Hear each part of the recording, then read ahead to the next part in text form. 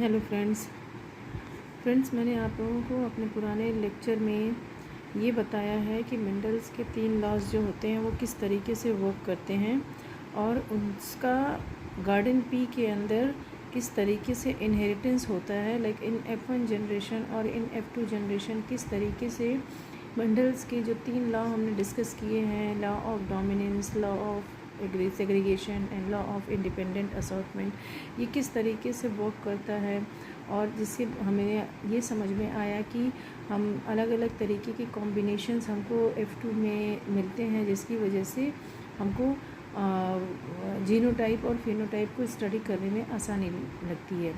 लेकिन फ्रेंड्स, यहाँ मैं आप लोगों को कुछ नई चीज़ें बताने चाहती हूँ जिसको हम कह सकते हैं कि वो मेंडल्स के लॉ से कम्प्लीटली डिफरेंट है। जैसे in different from the Mendel's law, ये हमारा एक अलग तरीके का इनहेरिटेंस पैटर्न बताता है और नेचर में ये भी एग्जिस्ट करता है। हम ये कह सकते हैं कि हमारे नेचर में पूरी लिविंग बीइंग्स के अंदर अगर हम ये कहें कि मेंडल्स के लॉ पूरी तरीके से स्ट्रिक्टली फॉलो होते हैं तो ये गलत होता है।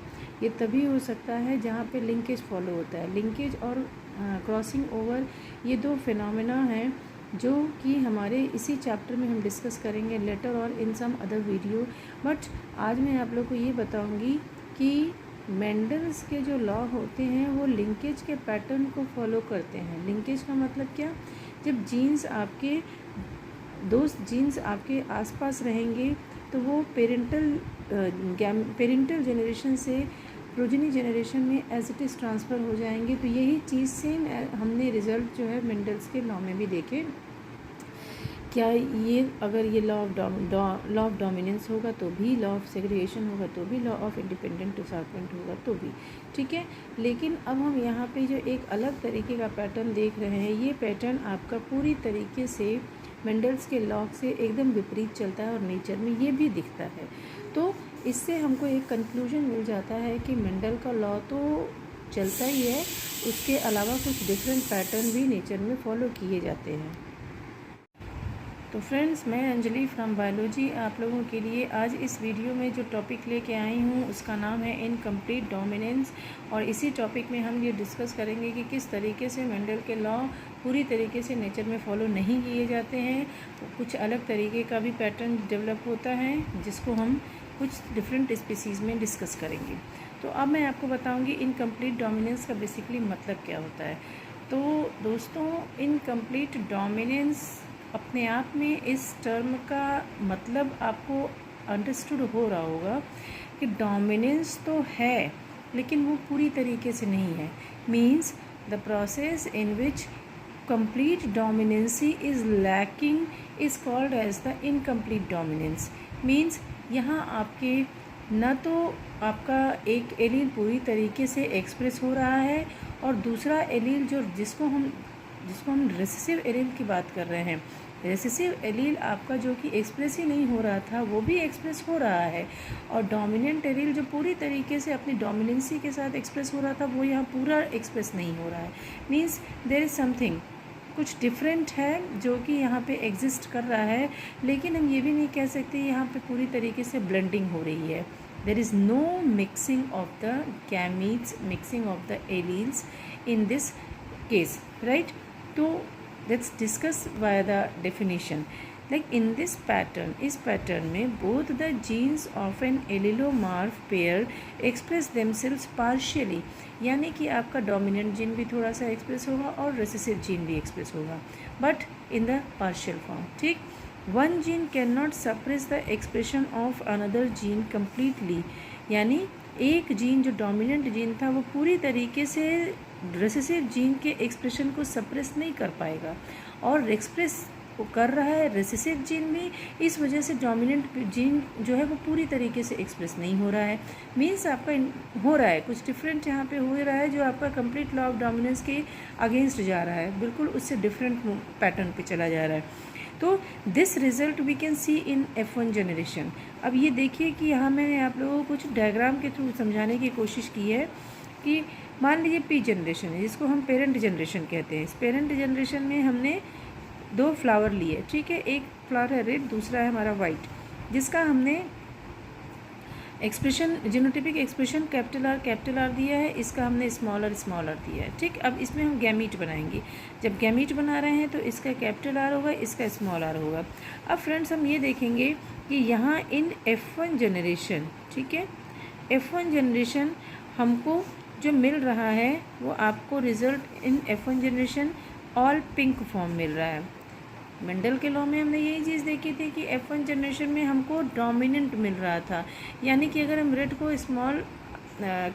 रेड को वाइट से अगर क्रॉस कराएंगे तो कैपिटल रेड यानी कि कैपिटल आर ही एक्सप्रेस हो रहा है, यानी कि according to the Mendel's law यहाँ रेड आना चाहिए था, बट आप देख रहे हैं कि यहाँ डिफरेंट कलर आ रहा है, neither red nor white, it is pink in colour.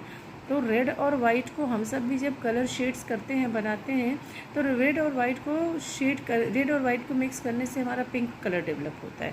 ठीक है, तो ये हमारा पिंक कलर आएगा। अब इसमें F2 जनरेशन में हम जब इनमें सेल्फिंग कराएंगे और उनके जब गैमीट बनाएंगे, तो गैमीट हमको पता है कैसे बनता है, मेंडल्स लॉ में हमने डिस्कस किया हुआ था। कैपिटल आर और स्मॉल आर दो अलग गैमीट बनेंगे, और again capital R small R दो हमारे डिफरेंट गैमीट बनेंगे। एक इंडिविजुअल को फीमेल की तरह ट्रीट करेंगे, दूसरे इंडिविजुअल को अगेन मेल की तरह ट्रीट करेंगे, राइट। तो अब हमको यहाँ पे जो रिज़ल्ट मिल रहा है, हियर वी कैन सी ये जो एक इंडिविजुअल है ये कैपिटल आर की तरह बिहेव करेगा। ये जो बीच में हमारे ये दो इंडिविजुअल हैं ये हमारे कैसे बिहेव करेंगे, ये इस कैपिटल आर और स्मॉल आर की तरह बिहेव करेंगे। ठीक है, और ये हमारा स्मॉल आर की तरह बिहेव करेगा।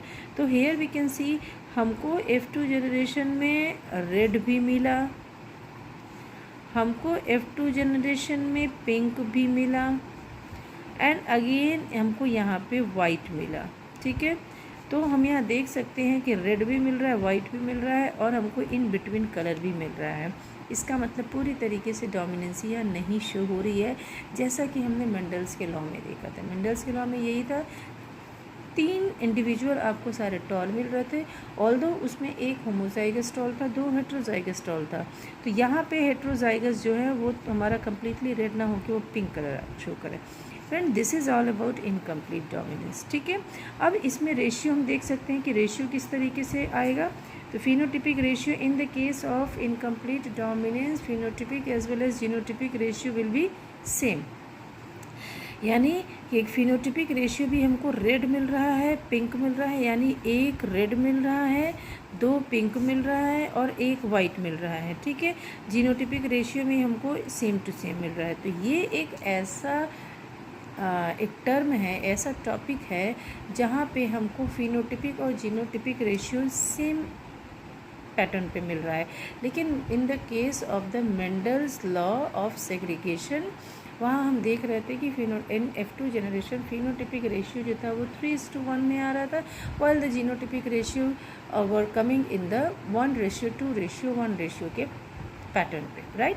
तो ये हमारा मेंडल्स के सेग्रीगेशन लॉ से इनकम्प्लीट डोमिनेंस के लॉ का डिफरेंस है, कि जहाँ फिनोटिपिक और जीनोटिपिक रेशियो हमेशा अलग आएंगे।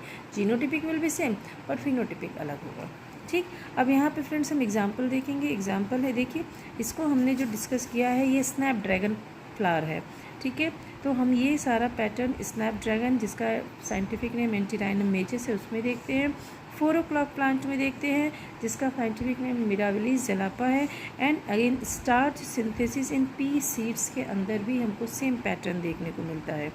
अब फ्रेंड्स एक बात यहाँ पे आप लोगों को must clear, it should be very much clear that आपको कंफ्यूज नहीं होना है कि यहाँ ये जो पिंक कलर आया है, ये पिंक कलर क्या ब्लेंडिंग की वजह से आया है? तो ऐसा कुछ नहीं है, क्योंकि इनकम्प्लीट डोमिनेंस जो होता है मेंडल के ब्लेंडिंग पैटर्न को पूरी तरीके से फॉलो नहीं करता है। या हम सिर्फ इस पॉइंट ऑफ व्यू से बताते हैं कि कुछ पैचेस वाइट के आगे, वाइट फ्लावर के आगे, कुछ पैचेस हमारे रेड फ्लावर के आगे, वो दोनों ने मिलके फ्लावर के कलर को पिंक में कन्वर्ट कर दिया। तो ब्लेंडिंग नहीं हुई, गैमीट या एलील की ब्लेंडिंग कहीं भी नहीं हुई, सिर्फ और सिर्फ पैचेस बनने की वजह से कलर बदल गया। ठीक है, तो इन complete dominance never ever favors the blending pattern। ठीक है, blending theory of inheritance जिसको हम कहते हैं। अब यहाँ हम उसी चीज़ को starch synthesis in P seeds में डिस्कस करेंगे कि इसमें किस तरीके से इनकम्प्लीट डोमिनेंस को फॉलो करता है। तो देखेंगे gene for starch grain in P seeds can produce more than one effect, यानी कि स्टार्च बनाने वाला जीन जो होता है वो पी सीड्स के अंदर एक से ज़्यादा इफेक्ट शो करता है। तो ऑब्वियसली इनकम्प्लीट डोमिनेंस का रिजल्ट है, इसको भी मैं आपको ढंग से समझाऊंगी। देखिए पॉसिबल कॉम्बिनेशंस हमारे जीनोटाइप के क्या क्या बन सकते हैं। Capital B homozygous, small V homozygous, dominant recessive. Third condition heterozygous. It is not a dominant case, it is a case of incomplete dominance, you must be very much assured, right. तो capital B होगा तो starch seed हमारा कैसा होगा, large, starch grains large होंगे और उसके seed का जो शेप होगा दैट विल बी राउंड। जबकि स्मॉल वी के केस में स्मॉलर ग्रेन्स होगा, grain will be very much small, ठीक, हम इसको इस तरीके से कह सकते हैं। और यहाँ हम कह सकते हैं लाइक दिस, यहाँ पे आपका ग्रेन्स जो होगा ये रिंकल्ड हो जाएगा। तो ऑब्वियस ही बात है जब सीड का हमारा साइज़ लार्ज होगा, बड़ा होगा और राउंड होगा तो उसके अंदर स्टार्च का डिपोजिशन ज़्यादा होगा, तो हमारा ये होमोजाइगस के केस में। जबकि here in the case of homozygous recessive starch का जो डिपोजिशन है वो भी कम हो जाएगा और साइज़ जो है वो भी हमारा रिंकल्ड हो जाएगा। जबकि हमारा थर्ड केस है जिसको हम बार बार यही बता रहे हैं कि यहाँ इनकम्प्लीट हुआ है, ठीक है, इस केस में आपका इंटरमीडिएट साइज़ हो जाएगा। It is neither will be large nor it will be small, it will be intermediate size, लेकिन जो सीड का कलर होगा वो अगेन राउंड ही होगा, ठीक है। तो यहाँ हम इस चीज़ को टेबुलेटेड फॉर्म में बताए हैं, इनकम्प्लीट डोमिनेंस और कंप्लीट डोमिनेंस। यहाँ इसको थोड़ा सा हम रिलेट कर सकते हैं कंप्लीट डोमिनेंस से। इनकम्प्लीट डोमिनेंस में आप देख रहे हैं capital B large starch grain, जबकि कंप्लीट डोमिनेंस में देखिए यहाँ पे ये राउंड शो हो रहा है, यानी सीड का शेप तो राउंड ही आया, F2 जनरेशन में राउंड आया। कैपिटल बी स्मॉल बी में देखिए साइज़ जो था वो हमारा इंटरमीडिएट आ गया, लेकिन शेप जो था अगेन राउंड आया, तो हम कह सकते हैं कि ये कंप्लीट डोमिनेंस को शो कर रहा है। जबकि स्मॉल बी जो है वो स्मॉल स्टार्च ग्रेन है, जो कि साइज़ छोटी हो गई लेकिन शेप अभी भी वही मेंटेन है। यानी कि इस स्टार्च वाले केस में, स्टार्च सीड वाले एग्जाम्पल में हम क्या देख सकते हैं कि कंप्लीट डोमिनेंस भी हमको दिख रहा है एक एरिलिक कंडीशन पे, एक ट्रेट पे, जब while in the case of secondary trait हमको साइज़ डिफरेंट मिल रहे हैं। तो एक ही सीड है जिसको हमको एक से ज़्यादा इम्पैक्ट नज़र आ रहे हैं, लार्ज भी दिख रहा है, इंटरमीडिएट भी दिख रहा है, स्मॉल भी दिख रहा है। तो यहाँ हम देख रहे हैं कि इनकम्प्लीट डोमिनेंस हमारा शो हो रहा है, जबकि शेप के कंटेक्स्ट में अगर हम देखेंगे तो हमको यहाँ पे कंप्लीट डोमिनेंस मिलेगा। तो फ्रेंड्स, आई होप कि आपको ये मेरा वीडियो पसंद आया होगा और मैंने पूरी तरीके से आपको समझाने की कोशिश की है कि किस तरीके से इनकम्प्लीट डोमिनेंस हमारा मेंडल्स के लॉ से डेविएट करता है, अलग पैटर्न पे जाता है। और इस तरीके से मेंडल्स के लॉ से हट के बहुत सारे पैटर्न हैं जो एग्जिस्ट करते हैं नेचर में, तो हमको उन्हीं को वन बाय वन सारा डिस्कस करना है इस मेंडल्स लॉ ऑफ इनहेरिटेंस के चैप्टर में, पूरा जेनेटिक्स के इस पोर्शन में। तो फ्रेंड्स, आई होप कि आप लोग मेरे लेक्चर्स को पसंद कर रहे होंगे, और if there is any doubt, any query, any mistakes, please kindly write that in my comment box. Comment description box भी मेरा खुला हुआ है, आप वहाँ जाके कमेंट कर सकते हैं, और मैं इसी तरीके से आप लोगों के लिए अच्छे और मोस्ट कॉम्प्रहेंसिव फॉर्म में अपने वीडियोस बनाती रहूँगी। तो फ्रेंड्स, फिर हम मिलेंगे अपने नए वीडियो में एक नए टॉपिक के साथ। Till then, bye bye and stay safe, stay healthy.